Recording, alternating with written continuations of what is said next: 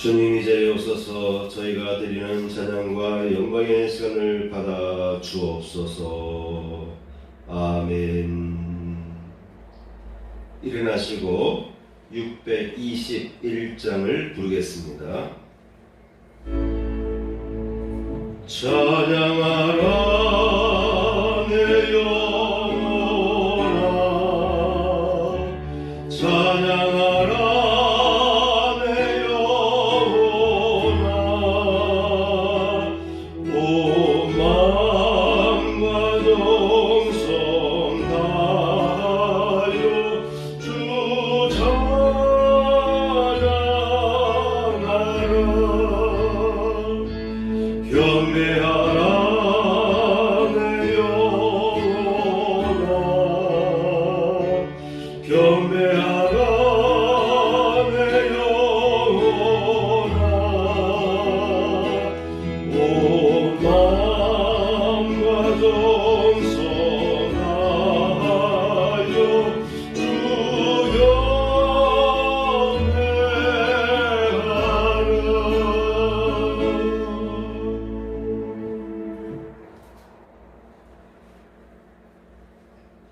교동문 128번입니다.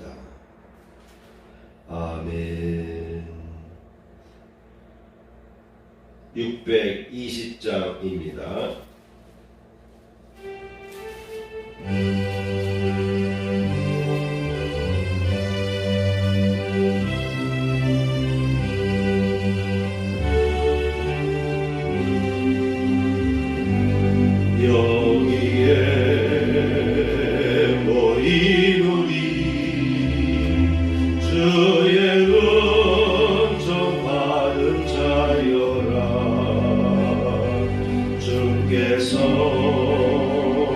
이 자리에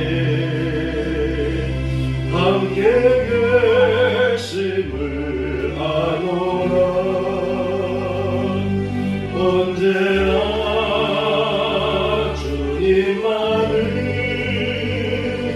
찬양하며 나아가리. 시험을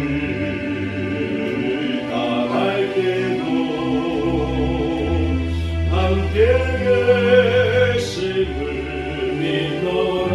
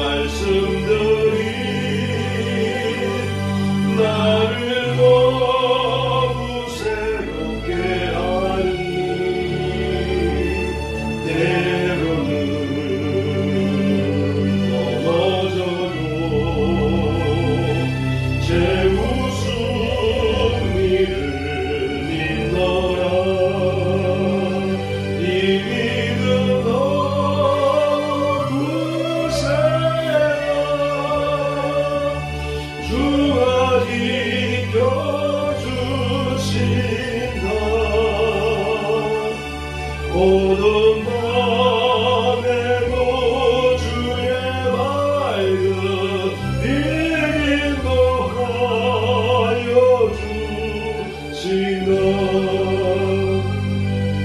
여기에 너희들이 사랑받는 주의 자녀라 주께서 뜻하신 바 우리 통해 펼치신다 고통과 슬픔 중에 또 주님 의지하오니 어려움 이겨내고 주님으로 찬양하라 이 믿음 너무 굳세라 주가 지켜주신다 어두운 밤에도 주의 밝은 빛 인도하여 주신다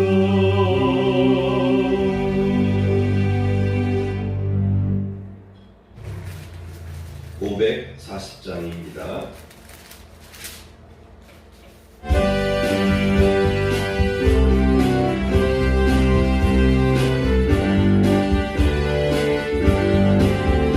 주의 음성을 내가 들으니 사랑한다 말일세 믿는 마음으로 주께 가오니 나를 용서하소서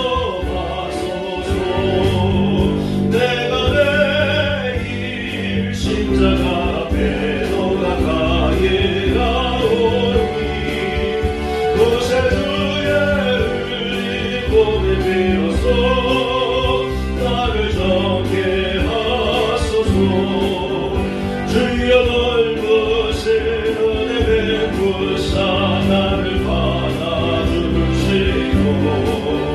나의 꿈은 또 주의 뜻까지 내게 하여 주소서 내가 내일 십자가 앞에 너 가까이 가오니 무쇠 주의 몸에 빌어서 나를 정케 하소서 주의 보좌로 나아갈 때에 어찌 많이 기쁠까 주의 얼굴을 항상 배우니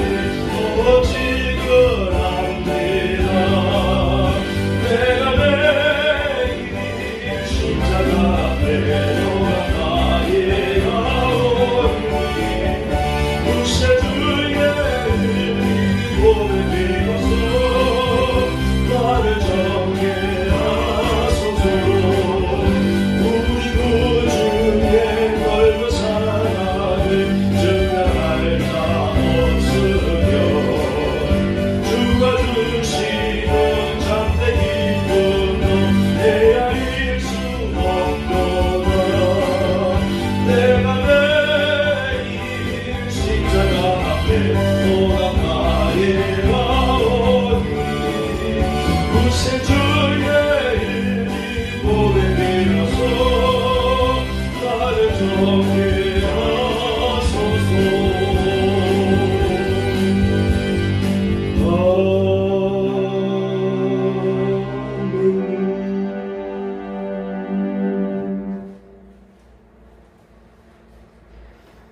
성경 말씀을 보겠습니다. 오늘 말씀은 느헤미야 2장 17절에서 20절까지의 말씀입니다. 아멘. 제목을 보겠습니다. 무너진 성벽의 재건과 회개의 부흥. 오늘은 무너진 성벽의 재건과 회개의 부흥에 관해서 말씀을 전하도록 하겠습니다. 오늘 함께 읽은 성경 말씀은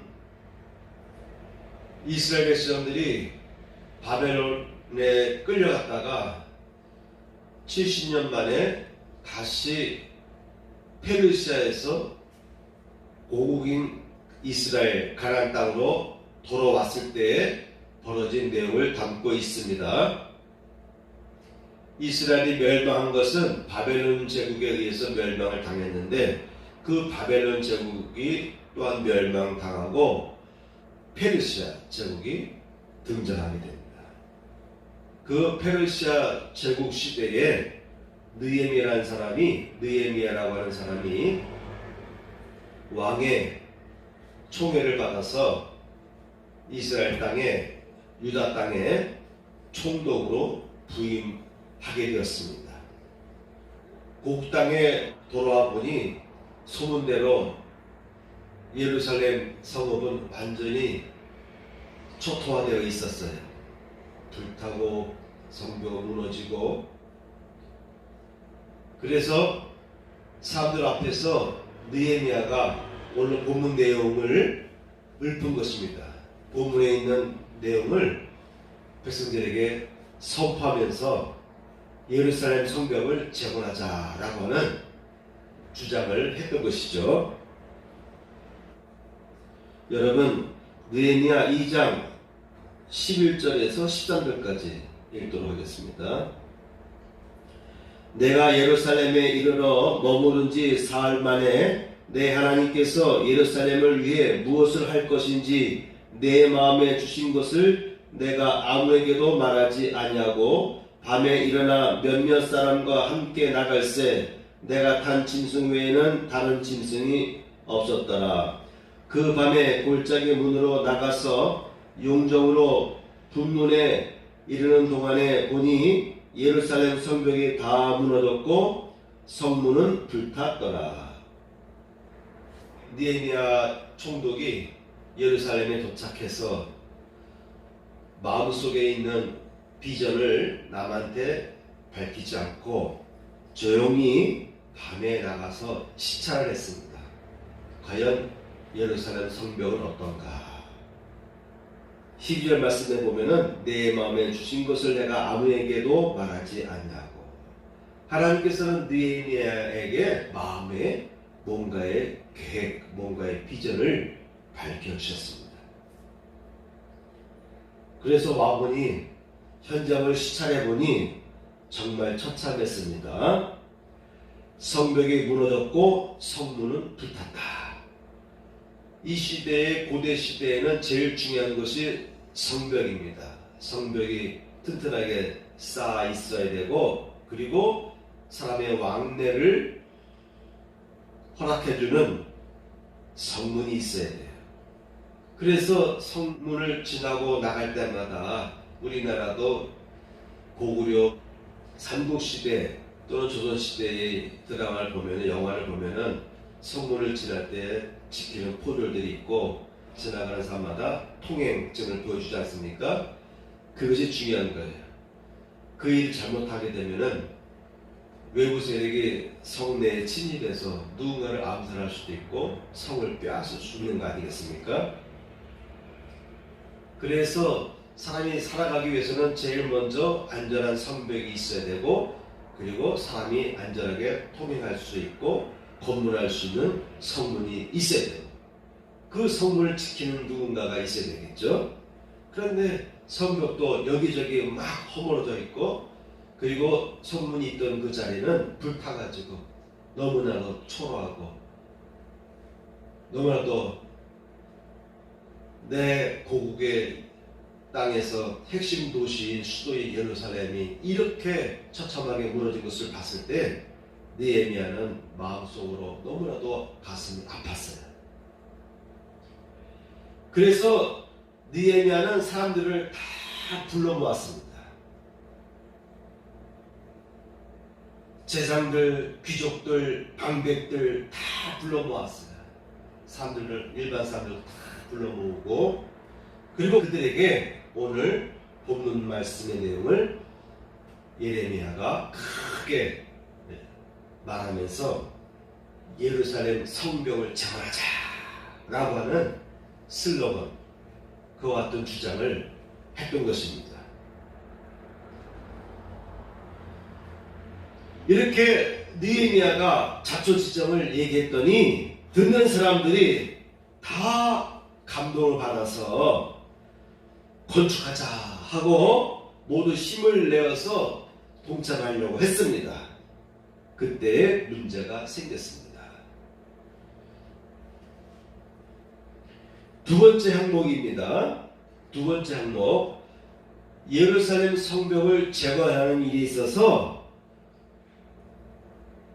느헤미야는 이스라엘 백성들을 성벽 주변에 쭉 골고루 거기에서 머물면서 성벽 주변에 머물러 살게 하면서, 왜냐하면 이 성읍에 도착했지만 살만한 곳이 없어요. 성벽이 무너지고, 성벽이 무너졌다는 말은 뭐냐면 그 주변에 있던 이 가옥들도 다 무너진 거 아니겠습니까? 그래서 살 곳도 없어요. 그러니까 그 성벽 주변에 이스라엘 백성들, 돌아온 이스라엘 백성들을 그 주변에 살게 한 거예요. 그러다 보니까는 성벽 주변으로 사람들이 몰려있겠죠. 성벽 주변에 그들이 거하겠죠. 그래서 그들이 거하는 지역마다 구역을 할당해줬어요. 그래서 각 사람들이 자기가 속한 그 성벽 주변에 살고 있던 사람들이 자기가 머물고 있는 주변에 있는 성벽들을 재건하는 일에 그들이 헌신하게 했던 것입니다. 그래서 두 번째 항목은 연합하여 건축하다라고 하는 것이죠. 구간별로 성문과 성벽을 협력하여서 건축해 나갔다고 하는 것입니다. 세 번째입니다. 성벽 재건을 가로막는 세력들이 나타났습니다. 성벽 재건을 가로막는 세력들이 나타났어요. 예루살렘이 완전히 멸망하고 핵심 사람들, 핵심 유지들이 다 끌려갔잖아요. 그러다 보니까는 그 예루살렘 도시 성읍은 사람이 살기에 너무나도 험악하고 여건을 갖추지 못한 그런 지역이었어요. 그런데 페르시아에서 돌아온 사람들이 제일 먼저 성벽을 보수하고 재건하고 하는 일에 나선 거예요. 대개 어떤 지역에 이주하면 내 집부터 짓는 것이 현명한 거죠. 그죠? 어디든지 어떤 땅에 정착하면 일단 바람을 막고 비를 막고 눈보라를 막고 추위를 막고 더위를 막을 수 있는, 하다못해 조그만 움막이라도 지어놔야 그 다음 일을 할 수가 있는 거 아니겠습니까? 그런데 이스라엘 백성들이 오자마자 일단 무너진 그 성읍 곳곳에 그들이 의지하여서 살긴 살지만 제일 먼저 착수한 것은 바로 성벽을 재건하는 일이었어요. 성벽과 불탄 성문을 다시 재건하는 일을 했던 것입니다. 나라가 튼튼해야, 그렇죠? 나라가 외부 세력으로부터 보호받을 수 있도록 성벽과 무기 이런 것들을 갖추고 있어야만이 그 다음에 경제적인 활동도 할 수 있고, 그렇죠? 농사일도 하고 목축업도 하고 안정이 되어야 되지 않습니까? 먼저 나라가, 국방이 안정이 되어야 되는 것이죠. 물론 지금은 이스라엘 백성들이 예루살렘에 돌아왔지만은 나라가 독립한 건 아니에요. 여전히 페르시아의 식민지입니다. 돌아온 이스라엘 사람들이 그곳에 안주해서 앞으로 그들이 평생 거기에 정착해서 다시 예루살렘 수도를 다시 재건하기 위해서는 먼저 성벽부터 보수하는 일이 필요했어요. 그러다 보니까 기존에 살고 있던 토호들, 기존에 살고 있던 다른 민족 출신들, 이스라엘의 능력 있는 사람들이 다 끌려가고 없으니까 외부 세력, 이민족들이 그곳에 들어와서 살게 된 거예요. 그러니까 모든 면에서 그들이 유리하죠. 그런데 이스라엘 사람들이 돌아와서 먼저 성벽부터 재건하는 일을 하니까 그것이 기분이 안 좋았어요. 그런 행위가 당연히 기존에 살고 있던 유지들, 토호들의 입장에서 볼 때는 불안하고 자기들 뜻대로 안 되니까 지금까지 자기들이 자지우지 해왔는데 70년 동안 그 지역에서 그들이 권력을 유지하며 살아왔는데 70년 전에 떠났던 이스라엘 사람들이 다시 돌아와서 또 그곳에는 끌려가지 않은 이스라엘 사람들도 있었습니다. 이런 사람들이 다시 모여서 이스라엘의 옛 성읍을 회복하려고 하니까 당연하게 긴장할 수밖에 없는 거예요. 그래서 성벽 재건을 가로막는 세력들이 등장하게 되는 것입니다. 19절 말씀에 보면은 대표적인 3명의 인물이 있는데 호론 사람 산발랏과 종이었던 암몬 사람 도비아와 아라비아 사람 게셈이라고 이름이 명시되어 있습니다. 이들이 듣고 우리를 여신여기고 우리를 비웃어 이르되 너희가 하는 일이 무엇이냐? 너희가 왕을 배반하고자 하느냐? 이렇게 비아냥거리면서 또 압력을 가합니다. 너희가 성벽을 다시 재건하는 것은 페르시아의 왕에게 반역하기 위한 것 아니냐? 너희들에게 성 없이도 지금까지 잘 유지되어 왔는데 왜 구태여 무르지 성벽을 다시 재건하려고 그래? 너희 혹시 독립하려고 하는 거 아니야? 이렇게 압박을 가하면서도 비웃고 그러면서 이런 그 지역의 유지들이 강력하게 저지하기 시작했습니다. 그래서 이들은 첫째 비웃으며 배반하려느냐 이런 말을 하면서 도전했습니다. 그때 느헤미야는 지혜롭게 답을 했어요. 여러분 어려움 당할 때 여러분들이 어떻게 답변하느냐, 어떻게 처신하느냐는 대단히 중요한 것입니다. 세 번째 항목에 보면은 매 위기마다 느헤미야가 아주 지혜롭고 슬기롭게 답을 하면서 그 위기를 잘 넘어갔습니다. 자 보세요. 느헤미야는 20절에서 내가 그들에게 대답하여 이르되 하늘의 하나님이 우리를 형통하게 하시리니 그의 종들인 우리가 일어나 건축하려니와 오직 너희에게는 예루살렘에서 아무 기업도 없고 권리도 없고 기억되는 바도 없도다 하였느니라. 너희들은 이스라엘 백성들이 아니잖아. 남아있던 이스라엘 백성들도 아니고 또 우리와 같이 돌아온 그런 이스라엘의 백성들이 아니잖아. 그러므로 너희는 상관할 바가 아니다 라고 정확하게 못을 박았어요. 그러면서 하나님이 우리를 형통하게 하실 것이다 라고 자신있게 선포했습니다. 이렇게 느헤미야가 당당하게 외치니까, 당당하게 대응하니까 백성들도 흔들리지를 않았어요. 그러니까 이들이 두 번째 도전하기 시작합니다. 4장 7절에서 8절 말씀을 보시기 바랍니다.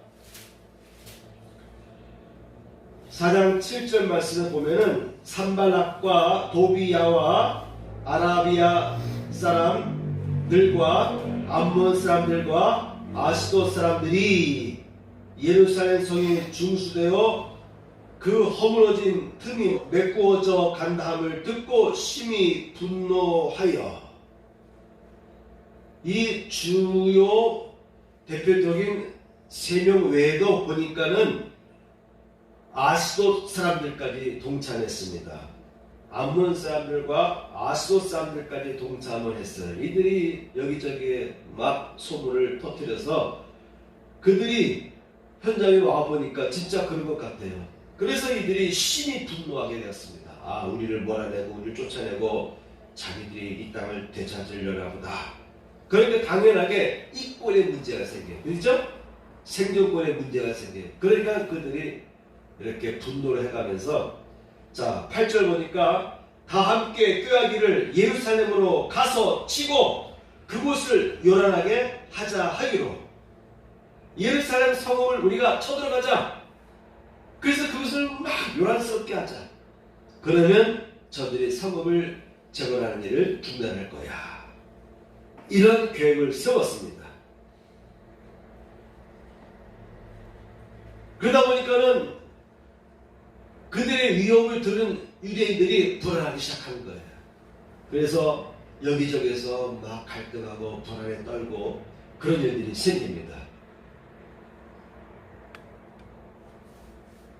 4장 11절 말씀에 보면은 그들이 알지 못하고 보지 못하는 사이에 우리가 그들 가운데 달려가서 살육하여 역사를 그치게 하리라 하고 그 원수들의 근처에 거주하는 유다 사람들도 그 각처에서 와서 10번이나 우리에게 말하기를 너희가 우리에게로 와야 하리라 하기로. 몰래 기습해서 유대인들을 학살하자, 살육하자 라고 하는 계획이 들려졌어요. 아마도 그런 계획들을 또 흘렸을 수도 있어요. 흘렸을 수도 있습니다. 그래야 유대 진영이, 이스라엘 사람들의 진영이 흔들리기 시작하니까. 그래서 유다 사람들이 여기저기서 막 불안하다 보니까 총독인 느헤미야에게 계속해서 도움을 요청한 것입니다. 이곳으로 와달라, 빨리 와달라, 큰일 났다, 언제 이러한 사단이 생길지 모르겠다 하면서 각처에서 10번이나 이와 같은 도움 요청을 했던 것이에요. 그래서 느헤미야가 그들에게 갑니다. 14절, 4장 14절 보면 내가 돌아본 후에 일어나서 귀족들과 민장들과 남은 백성에게 말하기를 너희는 그들을 두려워하지 말고 지극히 크고 두려우신 주를 기억하고 너희 형제와 자녀와 아내와 집을 위하여 싸우라 하였느니라. 불안에 떨고 있던 사람들에게 느헤미야는 이와 같이 그들을 안심시켰던 것입니다. 두려워하지 말고 지극히 크시고 두려우신 주를 기억하고 너희 형제와 자녀와 아내와 집을 위하여 싸우라. 여러분, 싸우면 되는 거예요. 목숨을 걸고 누구를 위해서? 나를 위해서, 내 가족을 위해서, 내 형제와 자녀와 아내와 내 집을 위하여서 목숨을 걸고 싸우는 것이 최상 아니겠습니까? 이와 같은 마음의 준비가 되면 외부 세력이 쳐들어올 때, 주변 민족들이 쳐들어올 때 능히 감당할 수가 있는 거 아니겠습니까? 먼저 어떻게 하라고요? 하나님을 의지하라. 하나님을 기억하라. 여러분, 성경에 보면은 기억하라는 말이 많이 나옵니다. 사람은 여차하면은 불안에 떨기 시작을 해요. 왜 떨까요? 하나님의 능력과 함께 하심에 대한 말씀을 우리가 자꾸 잊어버리기 때문에 그렇습니다. 늘 불안에 떠는 사람들이 있을 거예요. 좀 약한 사람, 마음이 심정이 좀 약한 사람이 있을 거예요. 그런데 그런 사람들의 약점이 뭐냐면 하나님을 철저하게 의지하는 그 같은 믿음이 부족한 거예요. 여러분, 믿음이 부족한 원인은 어디서 올까요? 하나님의 말씀을 자꾸 묵상하고 하나님과 자꾸 교제하고 기도하고 예수님께 자꾸 다가가고 예수의 말씀을 묵상하고 예수님의 능력이 나와 함께할 것이다. 주님께서 말씀하셨잖아요. 내가 너희와 항상 함께할 것이다. 세상 끝날까지 내가 너희와 항상 함께할 것이다. 너희가 성령을 받으면 능력을 얻을 것이다. 능력을 얻을 것이다. 너희는 나보다 더 큰 일을 행하리라. 이와 같은 담대한 말씀을 내가 늘 묵상하고 기억하고 있다면 어려울 때마다 그 말씀에 의지하여서 기도하고 물리칠 수 있어야 되는데 이 약속들을 마음에서 거의 잊어버렸기 때문에 세상적인 일들이 너무나 바쁘고 분주하고 그래서 하나님의 말씀을 자꾸 생각할 수 있는 틈이 없었어요. 그러다 보니까 세상의 걱정들, 세상의 일들로 가득 차 있는 거예요. 그러니까 어려운 일이 닥쳤을 때에 말씀이 내 안에서 올라오질 않는데 그래서 하나님께서도 말씀하시고 영적인 훌륭한 지도자들은 늘 말합니다. 너희는 하나님의 언약의 말씀, 너희는 하나님의 능력을 기억하라. 하나님께서 너희와 함께 하실 것을 기억하라. 과거에 너희와 함께 하셨던 그 하나님의 은혜를 기억하라. 계속 기억하라는 말을 하고 있습니다. 기억하는 일을 게을리 할 때 믿음이 안 생기는 거예요. 그러니까 주변에서 이렇게 보면은 믿음이 부족하고 흔들리는 사람들이 있거든요. 그런 사람들에게 하나님의 말씀을 자꾸 묵상하라. 하나님 능력의 말씀들을 자꾸 기억하라 라고 권하시길 바랍니다. 이렇게 해서 흔들리는 동족들을 안심시켰어요. 얼마나 그들이 불안했겠어요. 성벽이 무너져 있는 상태에서 갑자기 쳐들어오면은 감당할 수가 없잖아요. 그렇죠? 밤에 잠자고 있는데 탁 쳐들어와가지고 살육하면 어떡합니까? 그때 마음을 안심시켰어요. 세 번째입니다. 이스라엘 백성들이 동요하지 않으니까 세 번째 도전합니다. 느헤미야를 암살하려고 하는 계획을 그들이 세웁니다. 그래서 어떤 지역으로 나오라. 만나자. 이렇게 그들이 유혹을 합니다. 4번에 걸쳐서 만나자고 권하는 거예요. 그런데 느헤미야는 그들의 제안을 받아들이지 않았습니다. 내가 이제 큰 역사를 하니 내려가지 못하겠노라. 이들이 느헤미야를 부르는 거예요. 어디서 만나자. 대화하자. 좋죠? 일단 전쟁이 일어나지 않으려면 이 갈등을 봉합하려면 만나야 되잖아요. 그렇죠? 그런데 이들은 그 만남을 요구하면서 느헤미야가 왔을 때 살해하려고 하는, 암살하려고 하는 계획을 갖고 있었던 것입니다. 그때 느헤미야는 나 지금 바쁘다. 이 큰 일을 하려고 하니까 내가 너희를 만나러 갈 시간이 없다. 내려가지 못하겠노라. 여러분, 끊어야 될 때 끊을 수 있어야 됩니다. 내가 이렇게 나갔다가는 저 사람의 비유를 상하게 할 수 있어. 가뜩이나 저들이 지금 분노하고 있는데 그들이 만나자고 하는데 내가 시간을 내서 만나지 않으면 더 큰 일이 벌어질 수 있을지 어떻게 알아? 일단 만나보자. 만나서 급한 불을 꺼보자. 라고 여러분 일반 사람들 그렇게 생각할지 몰라요.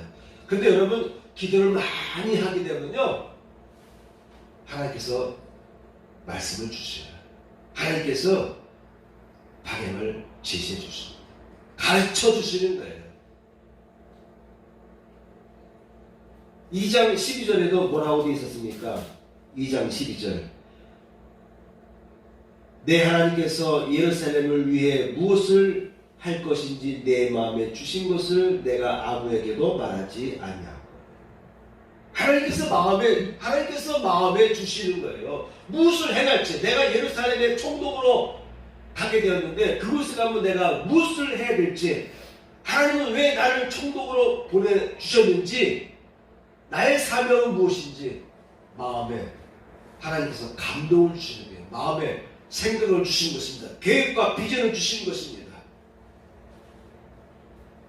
그래서 느헤미야는 가지 못하겠다라고 과감하게 거절했던 거예요. 여러분, 때에 따라서는 거절도 할 수 있어야 됩니다. 많은 사람들이 거절해야 될 때 거절하지 못하다가 문제가 크게 발생하는 경우가 있습니다. 그렇죠? 대부분의 경우를 보면은 거절해야 될 때 거절하지 못하고 척을 들어줬다가 엮여가지고 큰 공격에 처한 사람들이 많이 있습니다. 도와줄 땐 도와줘야 되는데 영이 맑아지면 내가 지금 이 일을 도와줘야 될지, 그를 만나야 될지 만나지 말아야 할지 명확하게 내가 좀 그 사람이 기분 나쁘더라도 내가 거부할 것은 거부해야 될지를 여기 맑으면요 느낌이 와요. 그런 생각이 옵니다. 그런 담력이 생깁니다. 그러니까는 마음의 영성이 준비가 안 된 사람은요 그렇게 행하지 못하는 거예요.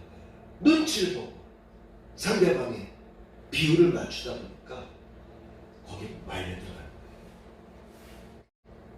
네 번째입니다. 이렇게 해서 계속해서 느헤미야가 피해 나가니까 좀 얄밉잖아요. 그죠? 얄밉죠? 살살 피해 나가는 거예요. 상대방을 거슬리지 않으면서도 살살 피해 나가는 거예요. 그러니까 이들이 좀 더 강하게 나갔습니다. 다섯 번째 도전합니다. 6장 6, 7절을 보게 되면은 내가 왕이 되려고 반란하려 하여 모발하려 하여 성벽을 건축한다라는 소문이 있다. 내가 그 말과 같이 왕이 되려 하려는도다. 느헤미야 총독 듣자 하니 소문이 이러이러한데 과연 그런 것 같다 라고 하면서 좀 더 세게 나갔어요. 모발하려고 너가 지금 사람들을 모아가지고 성벽을 재건하려고 하는 거 아니냐. 성벽 없이도 성문 없이도 지금까지 이 상업은 잘 유지되어 왔는데 너희가 왜 구태여 성벽을 다시 재건하려 하느냐. 성문까지 너희들이 다시 회복시키려 하느냐. 너희들은 분명히 페르시아를 멸하려고 하는 것 같다. 이렇게 강하게 도전하면서 느헤미야를 압박했습니다.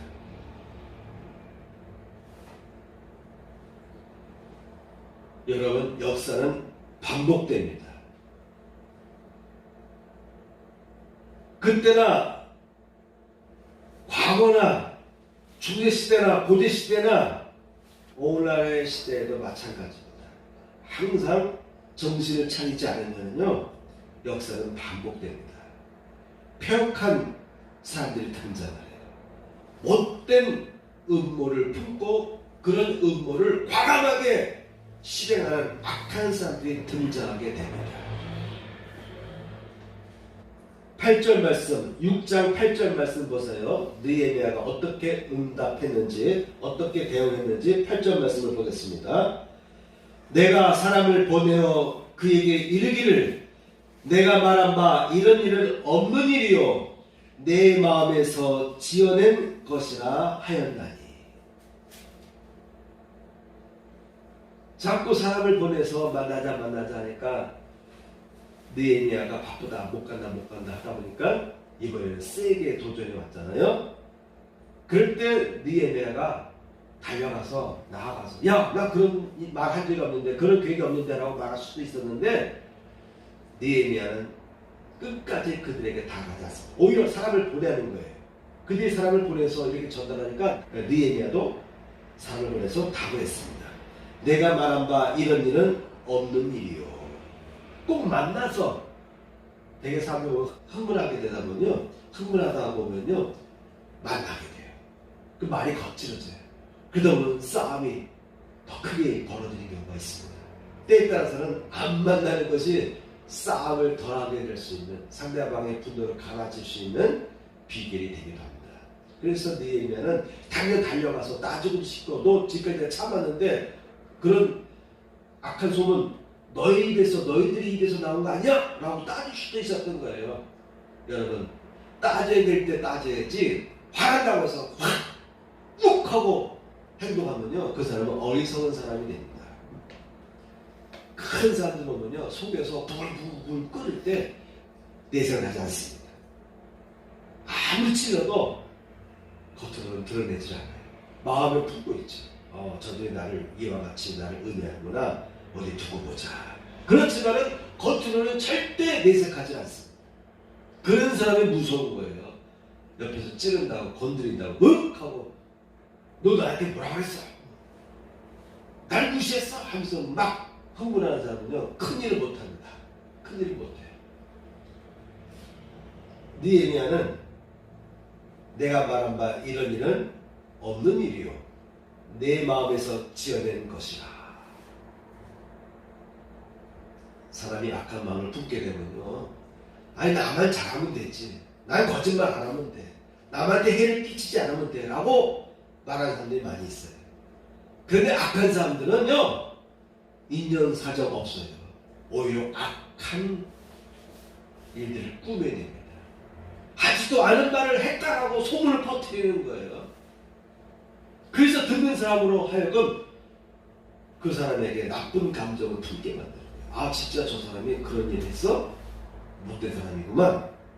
이와 같이 이간질 시키는 일들을 하는 거예요. 어떻게 해요? 꿈에 대해서. 말 꿈에 대해서. 그래서 느헤미야가 정확하게 말합니다. 내 마음에서 지어낸 것이라. 나도 알고 있다. 너가 사람들에게 어떻게 유혹을 하고 거짓말을 흘리고 했던 것을, 사람들을 선동한 것을 내가 다 알고 있어. 그런 일들은 다 네 마음에서 꾸며낸 것이다. 네가 소설을 쓴 거 아니야. 난 절대 그런 일 없어. 이와 같은 답변을 지혜롭게 했습니다. 그러니까요 여러분, 만나서 자초지종을 말할 필요가 없어요. 때에 따라서 카톡으로 말 한마디 딱 보낼 말 한마디 딱 보내고 말을 버리는 것이지, 만나서 설명하고 만나서 따지다가 보면 실수하게 돼요. 흥분하다 보니까 나중에 주먹질하게 되고 나중에는 해서는 안 될 더 큰 다툼을 갖게 됩니다. 다섯 번째입니다. 이렇게 느헤미야가 벗어나니까 또 도전합니다. 사람을 매수해요. 기도하는 사람에게 뇌물을 주고 매수합니다. 어떻게 매수하냐면은,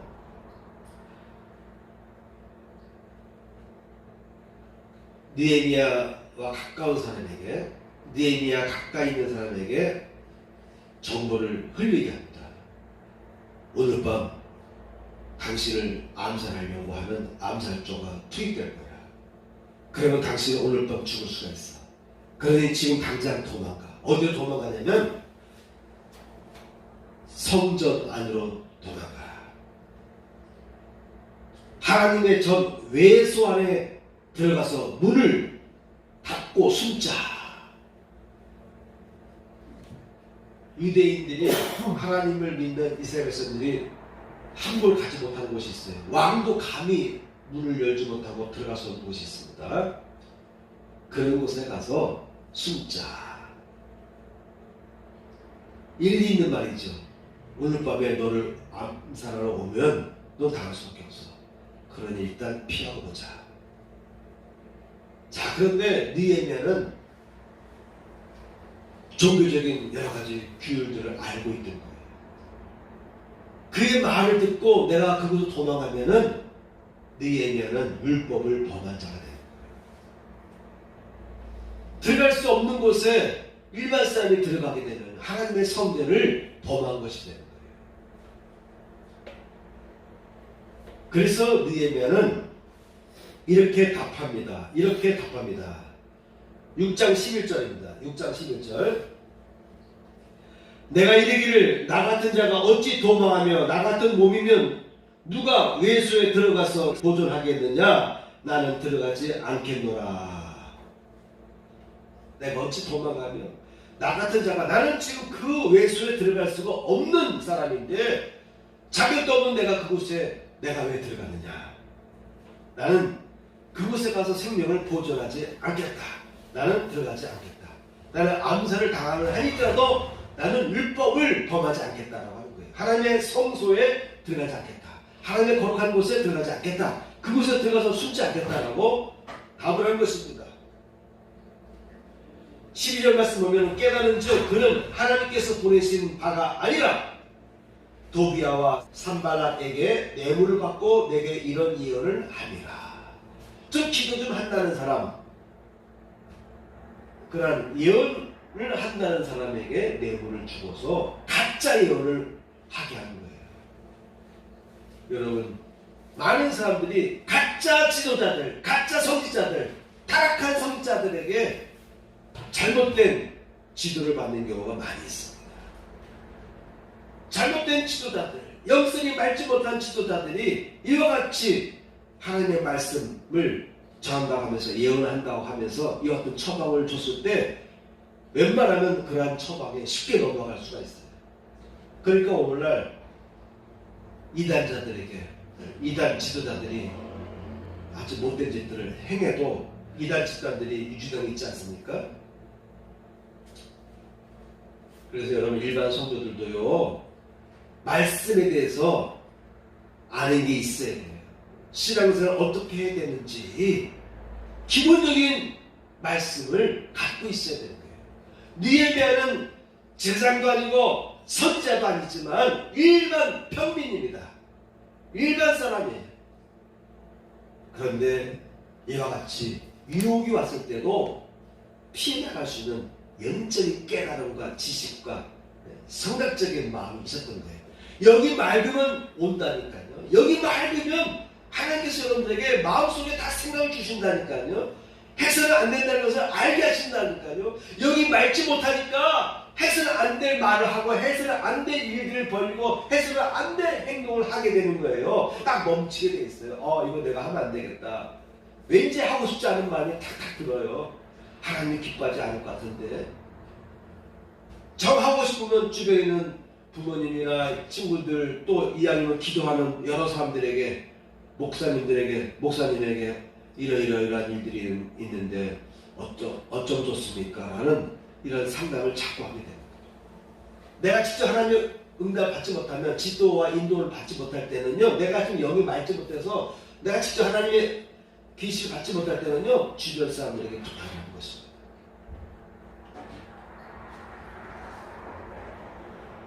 여섯 번째입니다. 6장 17절에서 19절입니다. 또한 그때 유다의 귀족들이 여러 번 도비아에게 편지하였고 도비아의 편지도 그들에게 이르렀으니 도비아는 아라의 아들 스가냐의 사위가 되었고 도비아의 아들 요하난도 베레기야의 아들 무슬람의 딸을 아내로 맞이하였으므로 유다에서 그와 동맹한 자가 많으니라. 제사장이거나 여러 유지들 있죠. 귀족들. 그들과 가까이 지내면서 그들과 또한 혼인관계도 맺고 자기 자녀들을 또 그들의 자녀들과 혼인하게 하고 이렇게 해서 세력을 형성합니다. 그래서 유다 사람들 내에서도 이와 같은 지도자들과 내통을 해서 느헤미야 총독에 대해서 저항하고 반항하고 반대하는 일들을 계속해서 편지를 왕래하면서 그런 일들을 추진했던 거예요. 유다에서 그와 동맹한 자가 많으니라. 이와 같이요, 못된 사람들은 나쁜 짓 하는 사람들 보면은요, 이와 같이 나쁜 일을 획책하기 위해서 여러 사람들을 끌어들입니다. 여러 사람들을 끌어들여요. 또 내 말도 그들에게 전하매 도비아가 내게 편지하여 나를 두렵게 하고자 하였느니라. 계속해서 사람들을 통해서 느헤미야 총독에게 여러 같은 말을 하게 하는 거예요. 야, 총독, 사실은 그 도비아라는 사람 착한 사람이야. 그 사람은 괜찮은 사람이야. 나쁜 사람 아니까 그와 좀 잘 지내라고 하면서 자꾸 이렇게 압력을 가하는 거예요. 그러면서 그들이 세력에 움집하면서 자꾸 요구하는 것입니다. 그래서 느헤미야 총독을 두렵게 하는 거예요.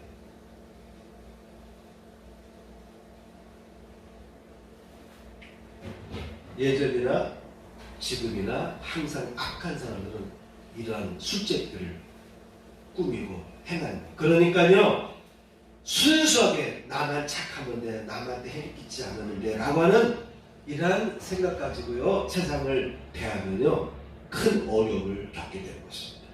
지혜가 있어야 돼요. 하나님과 함께하는 믿음이 있어야 됩니다. 하나님의 도우심을 의지하는 믿음이 있어야만 이 난관들을 하나하나 피해갈 수가 있는 것입니다. 이와 같이 6번에 걸친 집요한 그 지역에 이미 장악하고 있던 그들 세력들이 계속해서 도전해 왔지만은 느헤미야는 그때마다 잘 넘어갔어요. 그들과 마주치고 싸우고 서로 맞짱 뜨고 소리 지르고 고함 지르고 나도 자존심 있는 사람이야 라고 맞짱 뜨고 그렇게 하는 것이 아니에요. 당장 만나면은 서로 같이 분노하게 되니까 사람 보내서 편지로 사람 보내서 할 말만 딱 하고 말았다는 것입니다. 타협하지 않았습니다. 하나님 주신 사명이니까 타협하지 않은 것입니다. 오늘은 여기까지 전하겠습니다. 여러분 주변에 보시면 제가 8개 항목까지 큰 항목 8개 항목까지 되어 있는데 4번 항목은 기도하며 주야로 방비하였다. 어려운 일들이 생길 때 극도로 어려운 일들이 생길 때 이제 마지막 그야말로 살얼음을 걷는 그런 길을 걸어가는 순간에 느헤미야는요 기도하며 주야로 방비하는 일을 통해서 그 위기를 넘어갔습니다. 다섯 번째는 가난한 백성들의 처지를 듣고 문제를 해결해 줬어요. 경제적인 위기를 풀어갈 수 있도록 그 어떤 조치를 행해 줬습니다. 여러분 지도자는요 이와 같이 가난한 백성들의 억울함을 가난한 백성들도 열심히 일하면 먹고 살아갈 수 있는 그 같은 기반들, 경제적인 기반들을 마련해 줘야 되는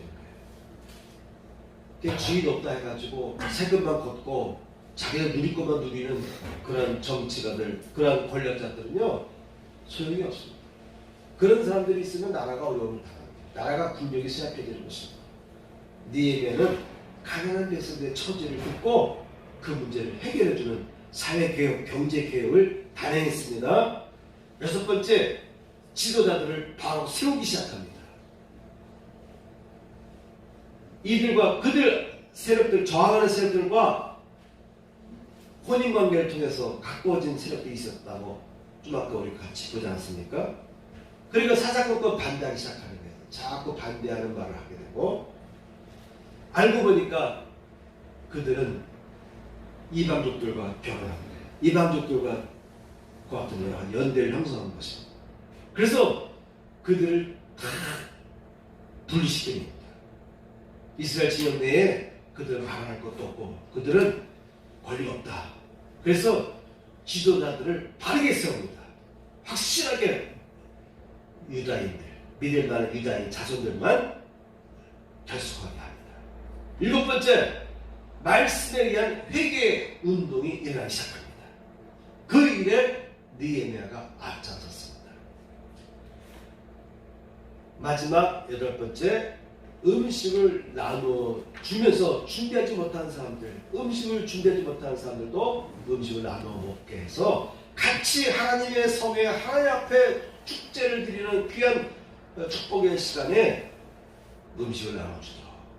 예수님께서도 오병이의 사건을 통해서 4,000명에게 5,000명에게 먹을 것을 나눠줘라. 누가요? 너희가 나눠줘라. 제 아들이 나와서 먹을 것이 없습니다. 그래? 그러면 너희가 먹을 것을 나눠줘라. 그 말을 순종할 때에 4,000명이 먹고도 남고 5,000명이 먹고도 남는 기적이 일어나지 않습니까? 초대교회 때도 보면요 다 자기 것을 갖고 와서 먹을 걸 나눠줘. 어떤 사람은 자기의 재산을, 잉여 재산을, 자기의 재산을 팔아가지고 지금 먹을 것이 없는 사람들을 위해서 음식을 나눠주는 일을 행했습니다. 초대교회 당시에 그런 일들을 행했어요. 이와 같이 지도자가요 사회적으로 어려움 당할 때 약자들을 생각하고 그들과 함께 할 수 있는 권력자들과 유지들과 또한 가난한 사람들도 같이 함께 할 수 있는 억울한 일 당하지 않고 누구나 열심히 일하고 살아갈 수 있는 그 어떤 사회 경제적인 틀을 마련해 놓는 그리고 종교적인 개혁까지 일어날 수 있고 그래서 종교 교육을 통해서 마음의 회개 운동이 일어나는 그런 일에 바로 느헤미야가 평신도지만 제사장이 아니지만 예언자가 아니지만 선자가 아니지만 이런 큰 일을 행하는데 느헤미야가 쓰임 받았습니다. 다음 주에 이와 같은 4번 항목에서 8번 항목까지의 내용들을 전하겠습니다. 이 내용 속에 귀한 교훈들이 담겨 있어요. 다음 주에 이 말씀을 여러분들 경청하시고 은혜 받고 영적인 마음의 밭을 잘 간수하고 개혁해 나갈 수 있기를 축복합니다. 아멘. 찬양 한 곡 부르겠습니다. 느헤미야가 고비고비마다 벗어나듯이 이 찬양 가사처럼 여러분 어려운 고비고비 당할 때마다 잘 지혜롭게 피해 나갈 수 있는 지혜와 능력이 임하기를 축복합니다.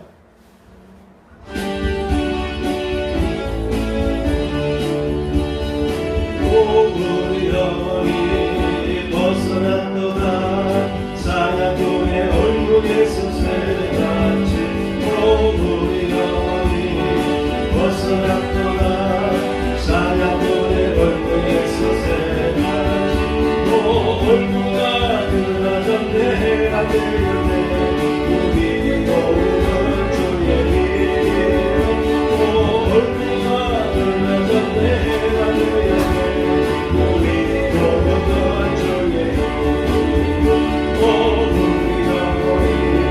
벗어났구나 사냥꾼의 얼굴에서 새같이 우리 영혼이 벗어났구나 사냥꾼의 얼굴에서 새같이 얼굴가 변화졌네 해가 되었네 우리 영혼은 주의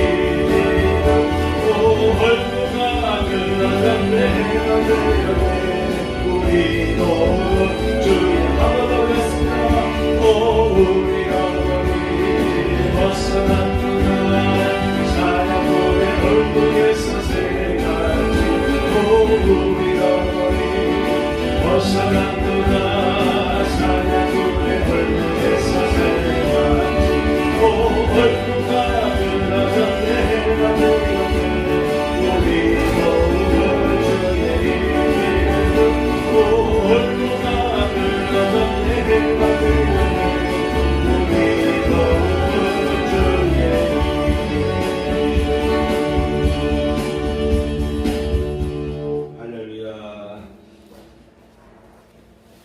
주님은 나의 죄를 속하기 위하여 십자가에서 대신 죽으셨습니다. 주여 내 죄가 사하여졌습니다. 주님은 채찍에 맞으셨습니다. 제가 치료를 받았습니다.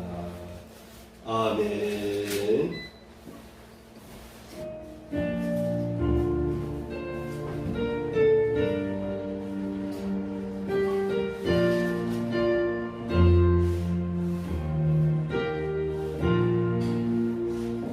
나의 하나님 받으소서 주께 드리는 이 예물 소리 높여 감사로 주께 드리네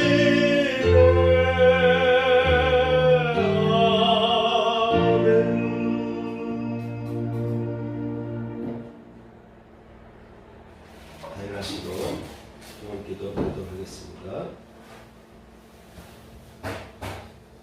할렐루야. 오늘 드려진 귀한 힘을 받으시고 저들의 각 가정마다 어려움 당하는 고비고비마다 하나님께서 느헤미야와 같이 피해갈 수 있는 지혜를 주시고 담력을 주시고 능력을 허락하여 주옵소서. 드려진 11조를 드린 저들의 손길 위에 11조의 복이 임하게 하여 주시고 감사의 물과 주의 예물을 흠양하시고 저들의 은혜 위에 은혜를 더하여 주옵소서. 이제는 우리 구주 예수 그리스도의 은혜와 하나님 아버지의 극진하신 사랑과 성령님의 감동감화 역사하시니 이전에 참여한 교우들 위해 함께 하시기를 축복하옵나이다. 아멘.